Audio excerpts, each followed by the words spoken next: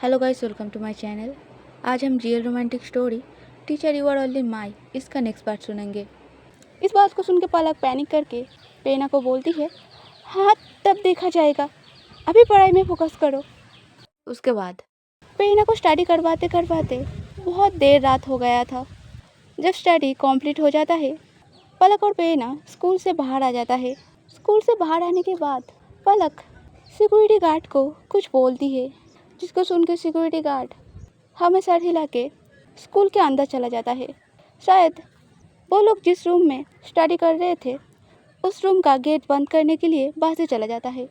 तभी पलक भी बाहर से जाने वाली थी। तभी पेना पलक को अपनी तरफ घुमा के उसके फोरहेड पे बहुत ही प्यार से किस करके पलक को बोलती है, आप मेरे साथ आइए, अभी बहुत रात हो गया है, मैं आपको छोड़ दूँगा, मेरा कार भी आया है मुझे लेने के लिए। पेना के इस एक्शन को देख के पलक पेना को अपने आप से थोड़ा सा दूर करके पेना को बोलती है, देखो पेना, तुम हमेशा ऐसे हरकतें मत किया करो, अगर कोई देख लेगा तो क्या होगा। इस बात को सुन के पेना सुबह जो बात बोला था फिर से पलक को वही वाला बात बोलता है। वो पलक को बोलती है, कोई नहीं देखेगा मैम, आप इतना ज़्यादा चिंता मत कीजिए, और आप मेरे अभी गर्लफ्रेंड है, क्या मैं आपको किस भी नहीं कर सकता, वो भी फोरहेड में। इस बात को सुन के पलक पेना को बोलता है, नहीं कर सकते तुम, ऐसे हरकतें मत किया करो, मुझे पसंद नहीं आता। इस बात को सुन के पेना थोड़ा सा सैड होके पलक को बोलती है, ठीक है आगे से नहीं करूँगी, अगर आपको पसंद नहीं आता तो। ऐसा बोल के पेना सैड होके उसका मुंह दूसरी तरफ घुमा लेता है। पेना के फेस में जो एक्सप्रेशन था वो पलक को बिल्कुल भी अच्छा नहीं लगता, क्योंकि पलक नहीं चाहती थी कि उसकी वजह से पेना सैड हो जाए, क्योंकि पहले से ही शायद उसकी वजह से ही पेना की मॉम ने पेना को बहुत ज़्यादा डांटा था। इसी वजह से पलक उसके दोनों हाथों को क्लींच करके पेना के चीक पे बहुत ही प्यार से किस करती है। इस सडन किस से पेना थोड़ा सा शॉक्ड हो जाती है। पेना पलक के कमर को पकड़ के उसके लिप पे किस करने ही वाली थी, तभी पलक पेना को बोलती है, देखो मैंने तुम्हें अभी परमिशन नहीं दिया ये सब करने की, तुम सैड थे बस इसी वजह से।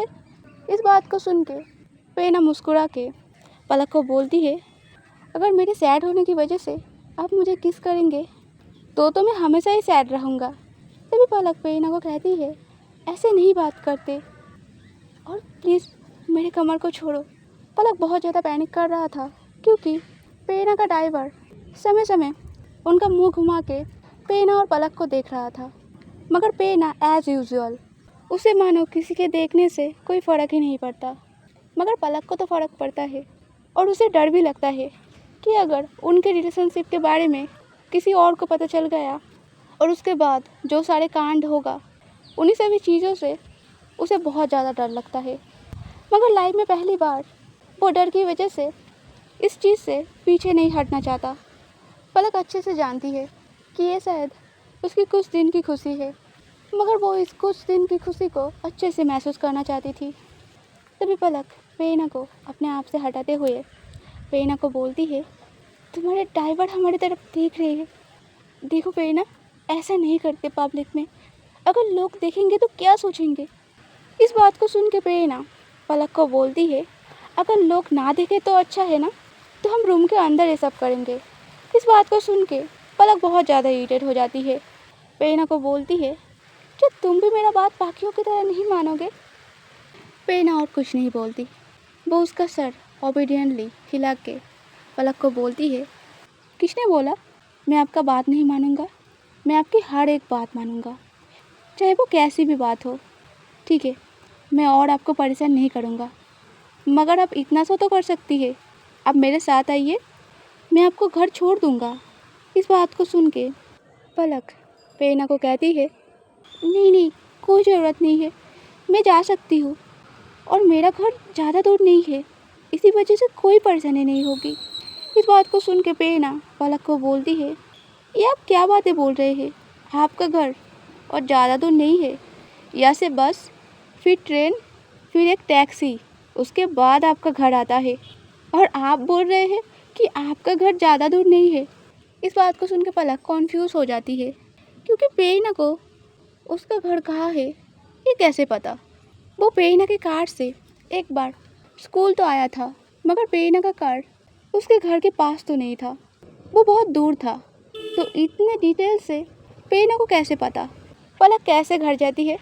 पलक पेरीना की तरफ देख के पेरीना को बोलती है, तुम्हें कैसे पता कि मैं किस तरीके से घर जाती हूँ? क्या तुम जानती हो मेरा घर कहाँ है? इस बात को सुन के पेरीना ऑकवर्डली मुस्कुरा के पलक को कहती है, अरे मुझे कैसे पता होगा? वो आपके जो पड़ोसी है ना, उनकी लड़की तो हमारी क्लास में ही है, इसी वजह से मुझे पता है, वो मुझे कह रही थी, नहीं तो मुझे कैसे पता होगा मैम।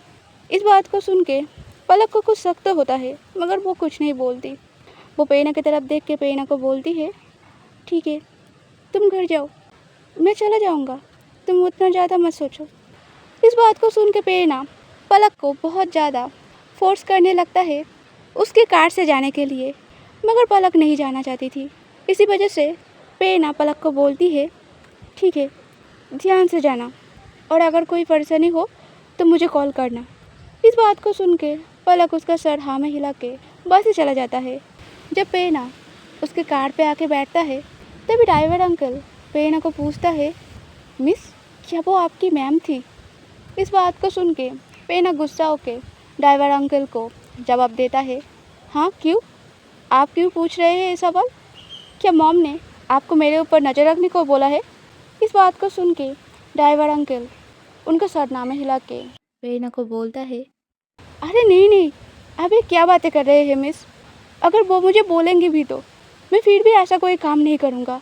आप जब छोटी थी मैं तब से आपको देख रहा हूँ, और आप मेरे लिए मेरे बच्चे की तरह है, और मैं क्यों आपकी मॉम को आपके बारे में शिकायत करूँगा?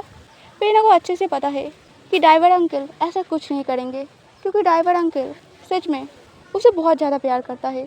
क्योंकि इतने सालों में पेरीना जो भी काम करता है बाहर, कभी स्कूल बंक करना और क्लबिंग चला जाना और कोई भी काम, ड्राइवर अंकल ने कभी भी ये सारे बातें उसके मॉम को नहीं बताया। हाँ कभी कभी ड्राइवर अंकल खुद पेरीना को इस बारे में समझाते थे कि ऐसा करना गलत है, पेरीना को उसकी पढ़ाई में ध्यान देना चाहिए, मगर पेरीना एज़ यूजुअल मुस्कुरा के ड्राइवर अंकल को बोलता था, हाँ ड्राइवर अंकल आप चिंता मत कीजिए, इस बार मेरा रिजल्ट बहुत अच्छा होगा, जैसा वो हर साल बोलता है। इन सभी थॉट से बाहर आके पेरीना ड्राइवर अंकल को बोलता है, हाँ वो मेरी मैम थी। तभी ड्राइवर अंकल पेरीना को कुछ पूछने जाता है, मगर उनका उतना ज़्यादा हिम्मत नहीं होता पेरीना को उस बारे में कुछ पूछने की। इस चीज़ को देख के पेरीना को समझ आता है कि ड्राइवर अंकल पेरीना को क्या पूछना चाहता है। इसीलिए पेरीना ड्राइवर अंकल को बोलता है, आप जो सोच रहे हैं वो ही है। इस बात को सुन के ड्राइवर अंकल पेरीना की तरफ देख के पेरीना को बोलता है, हाँ मिस। इस बात को सुन के पेरीना ड्राइवर अंकल को बोलता है, मैंने बोला आप जो सोच रहे हैं वो ही है। आप सोच रहे हैं ना कि मेरे उनके साथ रिलेशनशिप कुछ ज़्यादा ही गहरा है, जैसे वो मेरे लवर है, इसीलिए मैं बोल रहा हूँ कि आप जो सोच रहे हैं वही है, वो मेरा लवर है। मगर मैं आपको ये बोल रहा हूँ, वो अभी तक मेरे लवर है, मगर बहुत जल्द वो मेरे वाइफ बन जाएंगे, ऐसा वो मुस्कुरा के बोल रही थी। तभी ड्राइवर अंकल बहुत ज़्यादा घबरा के पेरीना को बोलता है, हाँ अच्छी बात है, मगर आपके मॉम, उसके मॉम के बारे में सुन के ही पेरीना गुस्सा हो जाता है। वो ड्राइवर अंकल को बोलता है, अब उनके बारे में बात मत कीजिए, उन्हें अभी तक कुछ भी पता नहीं, और अगर उन्हें पता चल भी जाए इससे मुझे कोई फ़र्क नहीं पड़ता, आप कार स्टार्ट कीजिए। ऐसा बोल के पेरीना उसके फ़ोन के साइड बटन को दबा के उसके फ़ोन के स्क्रीन पर कुछ देख के मुस्कुराने लगता है। उसके फ़ोन के स्क्रीन पे पलक का सोता हुआ पिक्चर है, जिसको देख के ही पेरीना बहुत प्यार से मुस्कुरा रहा है। पेरीना जब घर पहुंचता है तब पेरीना का मॉम पेरीना को पूछती है, स्कूल कैसा था तुम्हारा? इस बात को सुन के पेरीना एरोगेंटली उसके मॉम को बोलता है, कैसा था का क्या मतलब, जैसा हर रोज़ होता है वैसा ही था, और अब अचानक से ऐसा सवाल क्यों पूछ रहे हैं, जैसे मानो आज पहली बार मैं स्कूल गया हूँ, इससे पहले तो आपने कभी नहीं पूछा।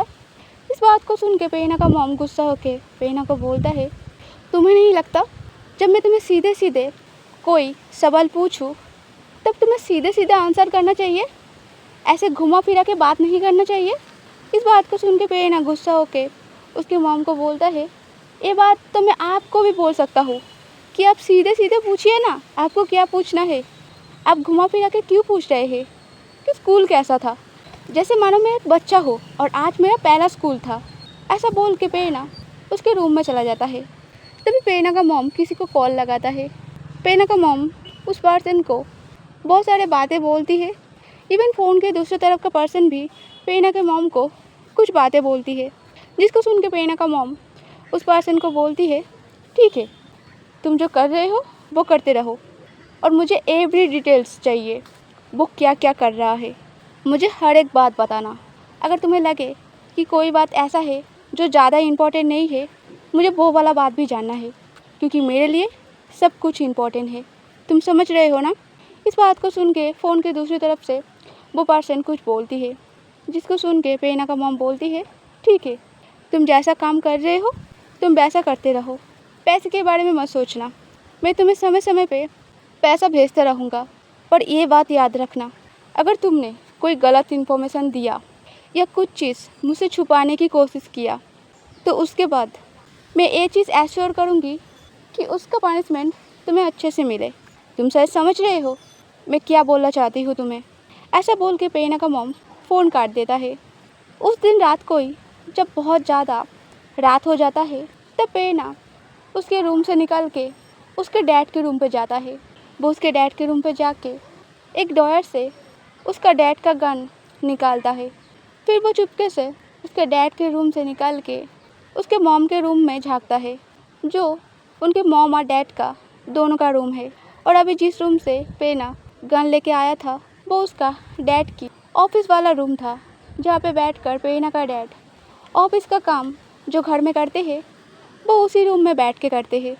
जब प्रेरणा उसके मॉम के रूम में झांक कर देखती है, उसे दिखाई देता है उसका मॉम बहुत चैन से सो रही है, जिसको देख के प्रेरणा उसके मन में बोलती है, चलो जान छूटी, वो सो रहे हैं, नहीं तो अगर उन्होंने मुझे ऐसे हालत में देखा तो इतने सारे सवाल पूछेंगे कि मेरा हालत ख़राब कर देंगे। ऐसा बोल के प्रेरणा उस गन को उसके साथ लेके उनके घर से बाहर निकल आता है। तभी कुछ देर बाद का सीन दिखाया जाता है, जहाँ पे प्रेरणा चल रहा था। उसका फेस पूरा कवर था, बस उसके आंखें दिख रहा था और उसने एक ब्लैक पैंट और एक ब्लैक शर्ट पहना हुआ था। तभी प्रेरणा का फ्रेंड उसका हाथ खींचते हुए प्रेरणा को बोलती है, देख प्रेरणा, मुझे लगता है हमें ऐसा कुछ नहीं करना चाहिए, नहीं तो हम बहुत ज़्यादा बड़ी प्रॉब्लम में फंस सकते हैं। इस बात को सुन के प्रेरणा बहुत ज़्यादा इरिटेट होके उसके फ्रेंड को कहती है, तुझे किसने बोला था मेरे साथ आने को, तो तू क्यों आया और तुझे इस बारे में किसने इन्फॉर्म किया। इस बात को सुन के प्रेरणा का फ्रेंड प्रेरणा को बोलती है, देख वो ज़्यादा इम्पोर्टेंट नहीं है, अब जो इम्पोर्टेंट है वो है तुझे ऐसा कुछ नहीं करना चाहिए। अभी हम दोनों ही बहुत छोटे हैं, अगर हम फंस गए तो क्या होगा। इस बात को सुन के प्रेरणा उसके फ्रेंड की तरफ देख के उसके फ्रेंड को बोलती है, तू इतना ज़्यादा टेंशन क्यों ले रहा है, अगर तुझे इतना ही डर लग रहा है तो घर वापस चला जा। और मैंने तो तुझे कभी नहीं कहा कि तू मेरे साथ आ, तू तो क्यों आया और तूने नहीं बताया किसने तुझे मेरे बारे में इन्फॉर्म किया। इस बात को सुन के प्रेरणा का फ्रेंड उसके मन में बोलती है, मुझे कौन सा शौक़ है तेरे साथ आने की, मगर तेरी बहन है जिसने ज़बरदस्ती मुझे यहाँ पे आने बोला।